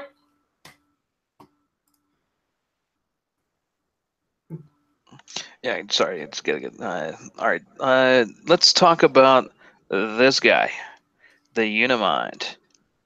Mm-hmm. All right. So as I'm reading his card and everything like that, so is he like a living ID card guy, or I'm not quite understanding. Yeah, hopefully the rules lady can help me out with this. So he can have at his top dial, he can have an infinitesimal side pieces. He just calls in people all the time, or how exactly does this guy work? Okay, so the quick answer is this: he has those characters as equipment, not directly, but catch this. So we all know that when you have Brainiac or Eclipso equipped to your character, you get to choose one of their powers and then increase a stat as long as that stat on the character is higher than what's on the dial of the character that they're possessing, right? So what Unimind does is he takes all of these characters, throws them on your sideline. Now he's able to pick a power from one of them each turn, or is it a free action, something like that? And yeah, you can choose one standard power a chosen character can use. So you take, of these 3 characters, pick one of their powers. Now the Unimind can use that power in addition to whatever powers he's already got. And then throughout the game, depending on how many of these infinite number of guys that you put on the sideline, for every 2, you can use a special perplex for +2 to a stat that is damage, I think, included. So plus to any stat. If you put 4 on the sideline, you can do it twice, I think. Or is it a refraction of 2? I don't know. This turn, you can use perplex an additional time for every 2 characters with the Eternal. Okay, so you can use that perplex. He loses his power cosmic when he does it. Blah blah blah blah. But what ends up the only reason those characters ever come on the board is when Unimind dies. When Unimind dies, every character that's on your sideline there that you've used for him, which happen to have the Eternal keyword, all come in on their last click and they can't be healed, which is a shame because they all have regeneration. But what makes him interesting is that you get this guy. You kill things with him because he's great. He ignores hindering, can shoot out of base contact. He's got a 10 range, really reasonable numbers, and the ability to pick all these powers. And the power choices that you get from these characters are really, really, really, really solid. What's more is all these characters that you bring out are on clicks that are marked as stop. So you're not going to get pulse waved out of the game. They've still got to kill all these other guys that are on the map. And that's really what it's all about. It's kind of a level of point denial. I kill your Unimind. Well, no, instead of dying, I'm now 3 guys. Right? The unfortunate fact is because they're on their last clicks, and they oftentimes just come with toughness on those stop clicks, pop 150, pop 125, pop 100 of whatever. So that's That's generally how it works. Your goal isn't for him to die. You don't want him to die. You want him to be great at all times. But you know, these are things, and that's generally how it works. So he's not an ID card call-in so much as you're paying 5 points to choose a set of powers from each of the guys that you pay 5 points for. It's very similar to the con-exclusive Animal Man, who would fill up his sideline with characters that had the animal keyword and then be able to just pick a power from them, whatever powers that they could use. He's a very limited pick a power. It's not as limited once you start to see the characters he's able to choose from, though. But it's still a limited pick a power. It's not whatever it's not whatever power you want. It's pick a power of the many, many powers that are showing on the characters you have on your sideline. Limited. Heck, even I think the common option you get out of the Eternals is disgusting. Oh, Thena, yeah, she's got like running shot or something. I think they all have some. Just click on Eternal, Amber. Oh, that's true. Okay, So you got Thena. Yeah, she's got running shot, psychic blast, or invincible. And then Ajax has, I think, charge or something like that. Nope, he's got phasing, invulnerable, and what's that special? Probability control. Is there only standard powers you can choose from them? I'm not sure. Anyway, Icarus has running shot, psychic, No, he's got charge. Sorry, charge. He's got charge. And impervious. Yeah. And leadership. Macquarie has hypersonic for close attacks. And super senses and probability control. And then the Unimind lets we also have Cersei. Who has TK Cersei. Cersei has TK and mind control and stealth. Now let's make sure Unimind only use a standard power. That's only a standard power. But it's a standard power a character can use. So and there's no possess can use change anymore, so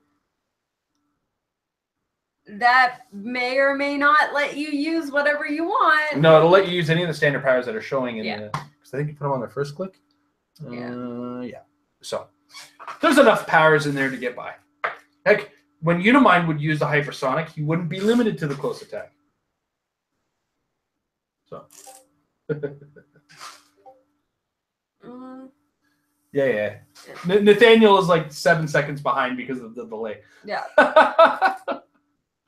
We read. All right. So yeah, that's how Unimind works in a nutshell. I think I actually managed to do it in less words than his trait. More or less. Oh man, there's so many words in that. All right. I love they're like, let's streamline the rules so that we won't have as much words on the cards. What did you do? Why did you do this? Why you do this? Well, no, they also did say that the higher the rarity, the more complexity you're gonna have. Why you do this? It's a super rare. It's allowed to be complex. Why you do this?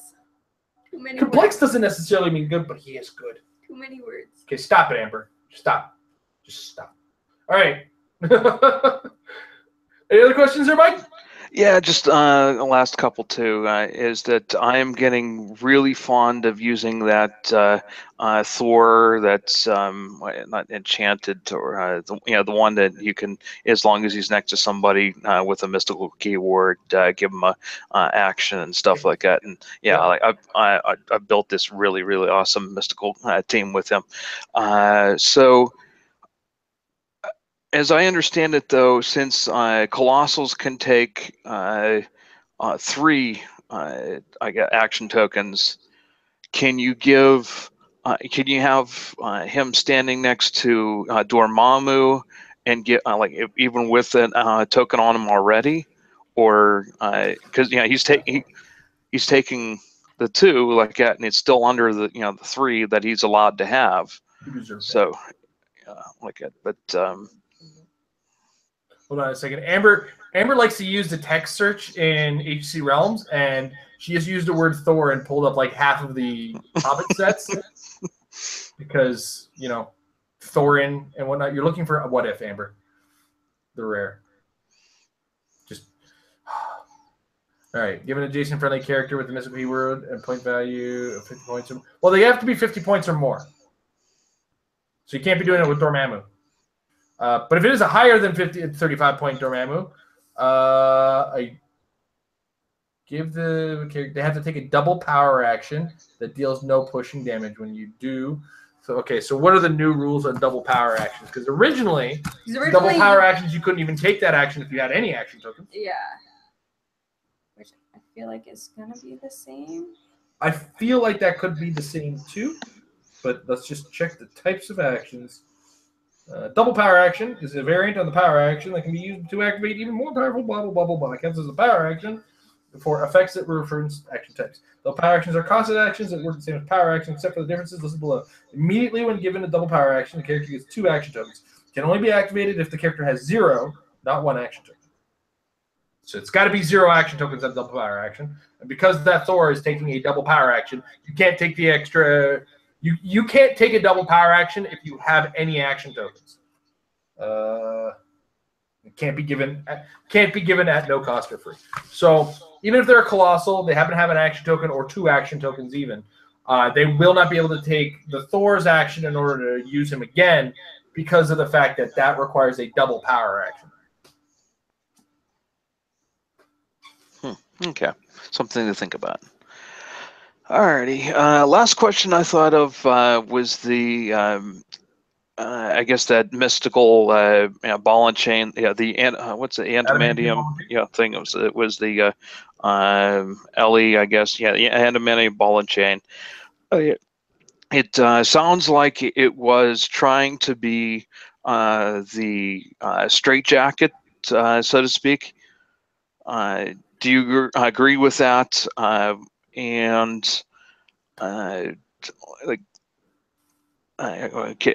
Well, do you see it getting used in meta teams or something like? Is it really worth it? Because it's slowing you down too. But is it worth it to slow someone else down? For the rest of the game, and I can understand where it kind of does. It feels like it's the straitjacket thing that we got from the old Deadpool set. Yeah, I know. I kind of get what you're getting at. It's the same in the same vein. I hit you with it. Now it's on you, and you're stuck with it. The difference being, of course, is this is a one-time use, and then it gives a permanent -3. So the question is that -3 more detrimental to your opponent? And there's a couple characters that I can see it being a problem for, especially when you consider that -3 is following the rule of 3, the maximum negative that you can get. So you look at it and you say, okay, do I want to give it to a charger or a running shot guy when this character hits after resolution to make it? So, and you still do your damage with it. It's a neato thing. It comes down to the setup on this, because there's no weapon holder for this at all. Right? Nobody starts with this, so you're already investing the 6 points. You got to get it to you. So you got to invest either in a TK to get it to you, or you got to take 2 actions at the beginning of the game in order to get to it, and then use it. And then you've got to have a character who's fast enough to use this in general. Now, it is any hit, so you could try to use a long range and try to shoot with it, or you could use a very fast hypersonicer in order to get the shot with it, because there's some hypersonic characters that have such ridiculously high speeds that drop in speed will barely be a tickle to them. I think one of the newer flashes is like 14 or something. Yeah, I mean, bringing him down to 11 movement isn't that bad. I think one of the cheapest flashes, like the 45-point flash from Elseworlds, is got an 11 attack with 14 movement with 3 damage. Might be 10 attack. I'm not 100% sure, but so you could, if you so thought, use a character with the outsider team ability, not get the -3 on you, and then use it and get the -3 on you. That's a way. I think the biggest problem is attempting to force this thing to work. And if you come up against a team where it's just really not going to have an effect, this is going to be a for future consideration, maybe. But right out of the gates, I don't think the -3 is affecting enough teams that are currently stressing everybody out yet. So,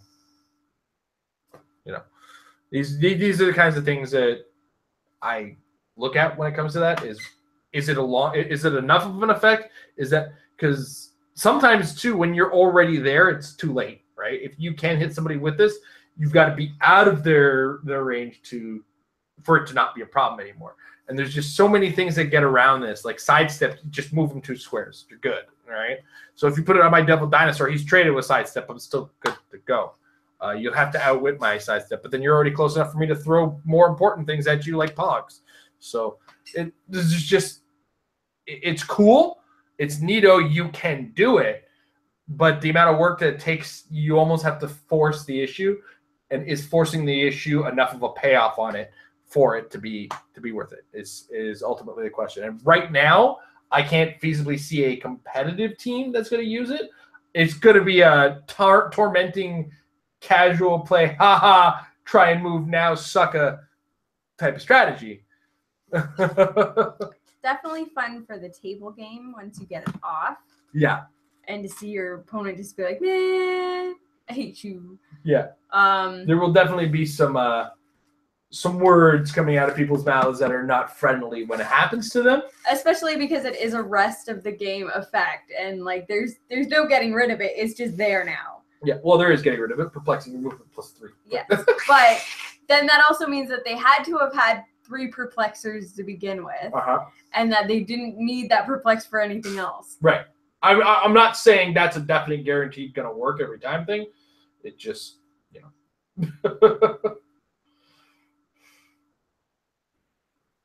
All right. A follow-up question, if I may. Can you hit vehicles with this? I.e., like the Deadpool jet or the the invisible jet or things like that, and slow them down. Absolutely. Being used as vehicles, yeah, slow them right down. Is it? I mean, again, it's that question of, is the effect of losing 3 movement on those guys notable enough? I believe like the Wonder Woman jet, it's like an averages about 11-10 movement on a dial. Is the mind, and if it uses hypersonic, I believe it has hypersonic. Just if I'm wrong, tell me I'm wrong. Yeah. But if it has hypersonic, I don't know. You kind of want to look at the guys that have like 8 or 9 movement, and then dropping them to like 5. Yeah. And like that's a huge, like going from 8 movement to 5 is a huge difference. But when you're already looking at like an 11 or 12 movement, you're kind of dropping it down to the average. Yeah. If you take guys at like an 8 and a 9 and like a running shot or a charge, just smirk at them. It's like, okay, you're gonna charge 1 square. Have fun with that. Yeah, because they're gonna have that. Because especially with this is a modifier, and you're still going to replace the modify. So you're still going to half, and then -3 from that half. Mm-hmm. So as we were saying, with like an 8 movement character, bringing them down to a 5. But then if they're a charging character, they replace down to 4, and then -3 down to 1. So it could cripple the right characters, but it's a very situational cripple. If they're already extreme, they're not your target for it. It's when they're middle of the road is that really it's going to have its effect on it. All right. Anything else, Mike? No, that's pretty much it. I think we're all done here. A couple questions from the chat that showed up just as you showed up, because this is your show or the patrons' show primarily, but we did open it up a little earlier. So, Darth the okay. So, Separate Clix wants to do vehicles, Hulk's powers only have RAM. Can anyone do it as long as they have RAM? It basically, if their card says they can use RAM, RAM is one of those powers. It's not necessarily inherent of a vehicle. RAM is its own set of powers. So if your power set says you can use RAM, you can use RAM. A good example of that is the Bat Knight. Yes. The Bat Knight can use RAM, but is not a vehicle. Yes. Darth Deplorable. Can I play HeroClix by myself? I just have them. Nobody's interested in play. Is there a way to play alone by yourself or some sort of AI? Okay, well, there's a term for this in Magic the Gathering we used to have called, I can't remember what the actual phrase is, but that was just basically playing out your first couple turns to see how the deck works. That doesn't work for HeroClix, unfortunately. Playing a game by yourself, I mean, if you're comfortable with chess by yourself, you can play HeroClix by yourself. That's an option, but there's always a semi-bias when you're playing with it. I know back in the day, back in when I was like a teenager and we were all a bunch of lonely teenagers. A bunch of the guys that played D&D with also knew how to play solitaire D&D. If you can find the rules to that, you might be able to come up with something very similar for HeroClix. But nothing written that I'm aware of. Double check HC Realms. HC Realms forums tend to have weird stuff like this. You might be able to find something there. Now that being said, without a like a local group, there's a bunch of people that are always kind of just looking to play online on Skype or Discord or whatever like video voice chat that you can get. As long as you can clearly communicate where your characters, you don't even need the same characters that they have, as long as you have access to the dial, let's say HC Realms, or them communicating, as long as you can really communicate with each other where you're going on the map and what your characters are doing, you can really actually viably play a game over voice chat or even just text chat with people. Mm-hmm. If you can't get someone physically in front of you to play. There's also a few online dice tools to keep it honest if you're worried about that kind of thing. Yeah. Happy Little HeroClix had one other question there. Thoughts on the new Outwit and Jakeem? Jessica Jones Rare going to get more play? I said that, and then I just started playing the game. And I think with the amount of Outwit that we have, I don't think Outwit is a necessary thing, but I do know it's going to be an available tool to deal with Jakeem. I still don't think it's going to take him off of the map. I think we're still going to have to deal with the guy. Yeah, it's definitely not going to be, it's not like the, oh my God, this exists, I can't play this character anymore. It's more of a, hey, I have this thing, now I'm better equipped to fight this character. Yeah. Yeah, you can start coming up with more options that use Outwit to help you with Jakeems, but playing a team with like 8 Outwitters is not going to win you the game because those Outwitters still have to do things. You need characters that do damage. So characters like Jessica Jones are going to be an instigator, an initiator to a certain degree, but she's also going to be a target. And you have to be aware of these types of things and just be ready to deal with it. This is a Jessica Jones from which set? The Rare Jessica Jones. This is Avengers Defenders War, isn't it?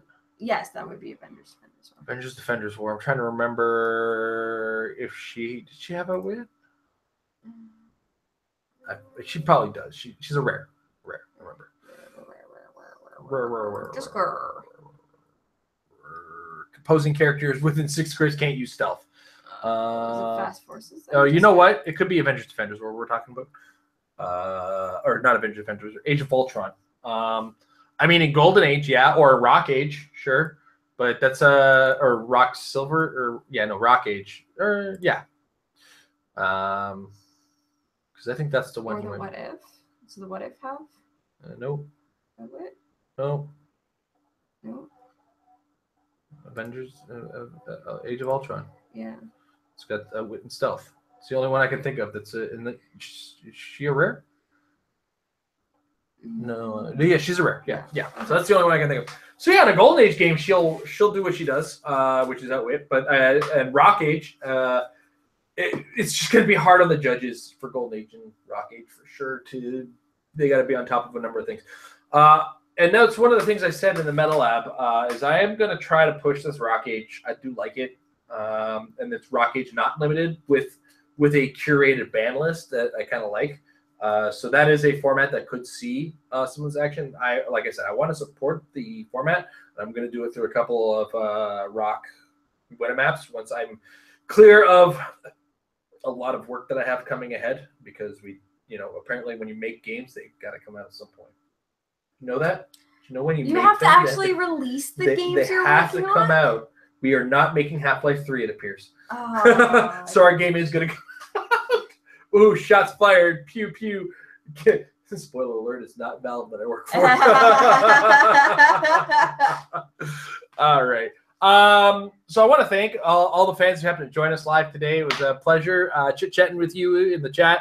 As a lot of our patrons couldn't make it, some of them due to the inclement weather, others due to whatever technical issues, some were working, et cetera, et cetera. So all of our patrons are great supporters of the channel. We're back in the green on Patreon is picking up again. we're starting to kind of creep up on some of those goals that I got to update, to actually be honest with. It's like, can I make this? I don't think I can make this. I might need a new goal. So we're going to probably have to rewrite our goals soon enough, HeroClix goals, as it were. But we do want to take a second to thank those of you who are in our Patreon program. If you're watching us now and happen to be in the Discord, big thumbs up to you guys. Big thumbs up to the alpha, as it were, Mr. Mike. He's been here with us from the beginning, and he's sticking with us. If you are a patron and you are listening to us right now, we are getting your action tokens in the mail within the next couple of days. So your last 2 months, so July and August action tokens, will be in the mail when they come to us. And then after that, so then we're in September right now. So at the end of October, we're going to be ordering our September and October action tokens. We might actually do it a little earlier and just send them out earlier in the month so we can keep the flow better. What is that face that you just made? That was a thought. Anyway, action tokens are on their way if you guys are in the action token level. We do love seeing you guys in the Discord. We're planning nothing this week for the Discord because we're doing the Patron Hangout this week. Next week, we're probably going to do something in the Discord that invites us a voice chat, which is often pretty fun. I tried the lightning round thing. It didn't go over as well as I thought it would, but just kind of chit-chatting with the guys in the voice chat in Discord was a lot of fun. We go on tangents. We talk about teams. I kind of left guys to go build a team off to the side because I kind of stick around to an hour in there when I do it. So all things considered, it's been a great program so far. Okay, now you had a thought, and yes, sorry. You also made a very weird face. For any of our patrons that are in evacuation areas or in hurricane-affected areas, if you're worried about your action token shipments, let us know. We will hold them back. Yeah, I can hold on. We won't ship them if you're worried about them not getting to you. I mean, my understanding is that they're not going to try to get them to you if they can't get them to you. Well, just, if you're experiencing a delay and you happen to be in those areas, that's why there's a delay. But also give us a heads up if you're worried and you happen to be at the $10 level. And this only applies if you if you are getting the July and August action tokens. I know we had at least one of our patrons was in Texas. I believe he's at the $10 level. I'm not 100% sure right now. But if you're in one of those areas and you're at the $10 level and you do qualify for the July and August action tokens, let us know so that, and if you prefer that we'd hold off on them, let us know when you're ready for us to send them to you, et cetera, et cetera.